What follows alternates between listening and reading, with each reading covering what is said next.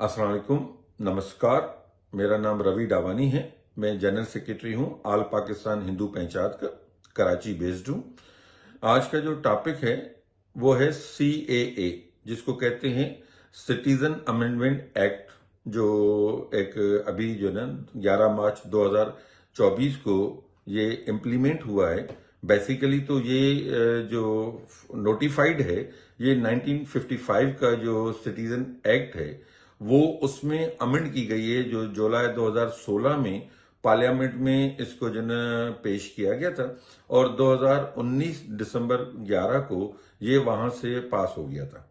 मगर उसके क्योंकि रूल्स उसके रेगुलेशंस नहीं बने थे, तो 2024 तक उसकी नोक पलक संवारी गई और उसमें जो ना अभी 11 मार्च 2024 को उसके रूल्स एंड रेगुलेशन बना के इम्प्लीमेंट किया गया।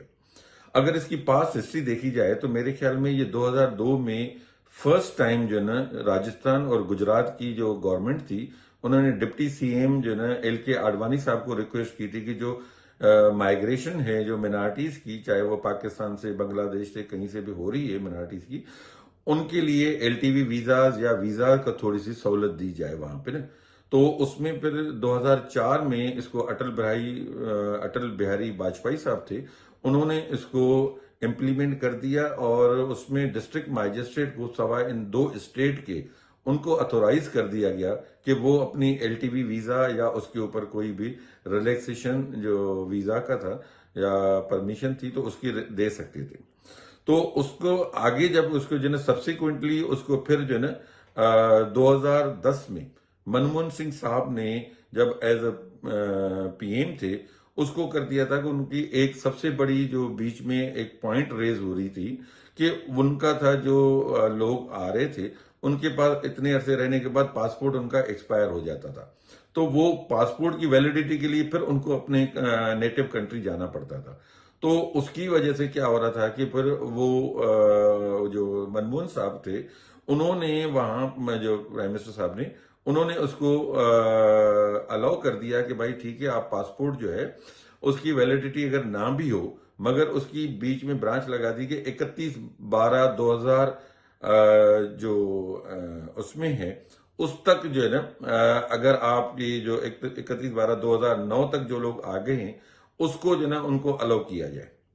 तो उसको उन्होंने उसके लिए पासपोर्ट की वैलिडिटी खत्म करवाई थी।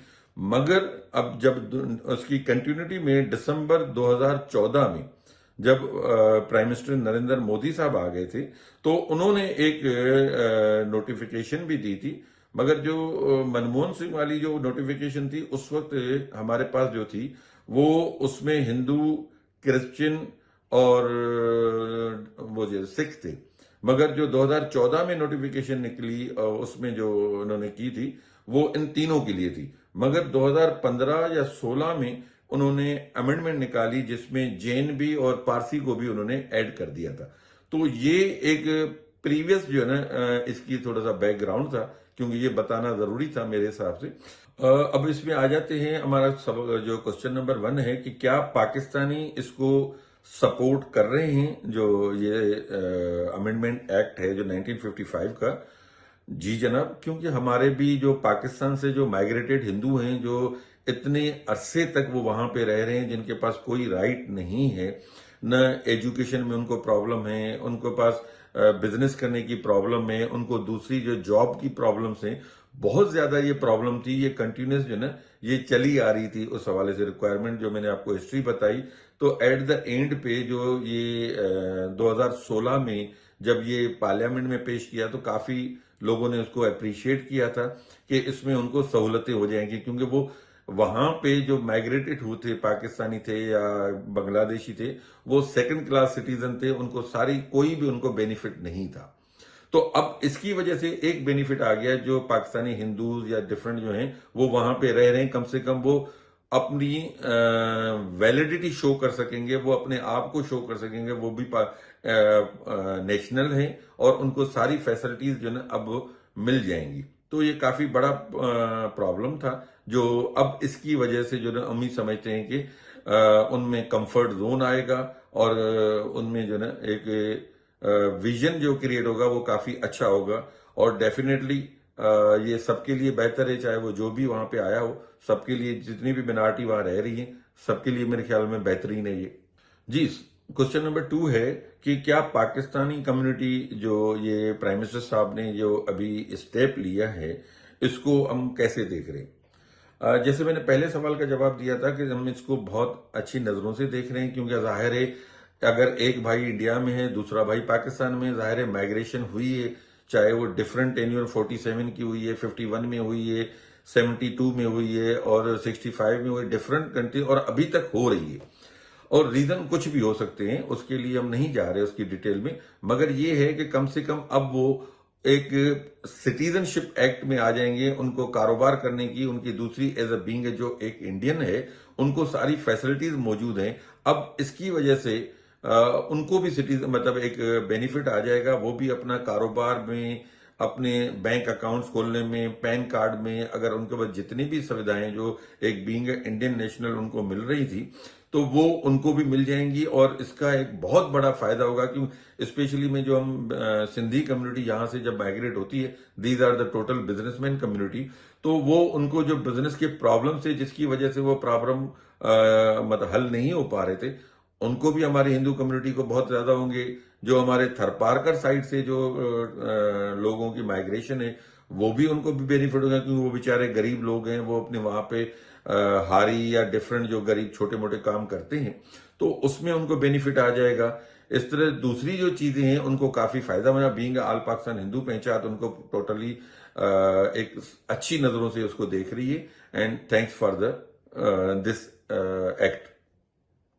तीसरा सवाल ये है कि आपको जो दोहरे बर्ताव का जो जहां पे सामना करना पड़ रहा है, उसके बारे में इस एक्ट को कैसे देख रहे हैं, या उस तरीके से ये चीज मैं क्लियर कर लूं कि देखिए, अच्छे या बुरे लोग हर जगह होते हैं।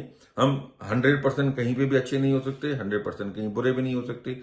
कन्वर्जन है वो भी डिफरेंट है, वो जाहिर है एक जगह अगर पाकिस्तान में हो रही है हिंदू कम्युनिटी, तो इस तरह के इंडिया में भी कन्वर्जन हो रही है। इवन एक मैं समझता हूं जितनी पाकिस्तान में पूरे में कन्वर्जन हो रही है, वहां पे किसी एक दो सिटीज को कवर करेंगे तो इतनी सारी जो है कन्वर्जन उससे ज्यादा हो रही होगी।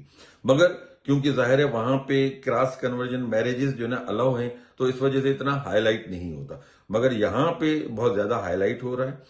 जी, ये भी बात हम कह सकते हैं कि इस तरह की जो माइनर कन्वर्जन है या दूसरे, अगर बिजनेस की बात करते हैं तो बिजनेस में कोई दोहरा मयार नहीं है। पाकिस्तानी हिंदू कम्युनिटी यहाँ पे बेहतरीन माहौल के साथ, अपनी अफादियत के साथ तभी यहाँ पे काम कर रही है, और यहाँ पे हम तभी ठहरे हुए हैं जब हमें सारे बेनिफिट, सारी फैसिलिटीज मिल रही हैं।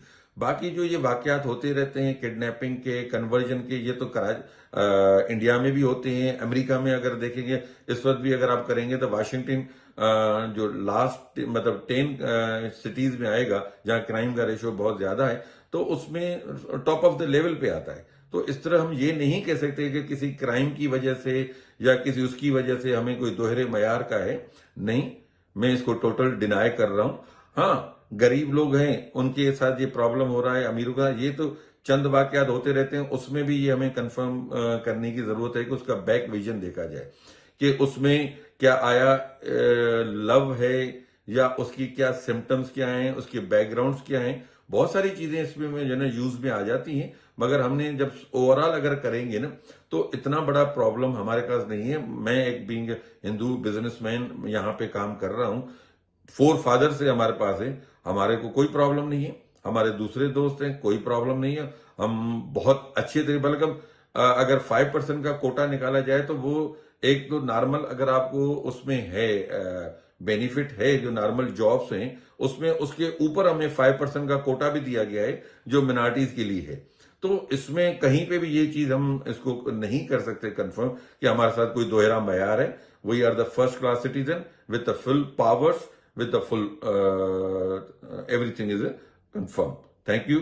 Ravi Davani, General Secretary, Al Pakistan Hindu Panchayat, Karachi.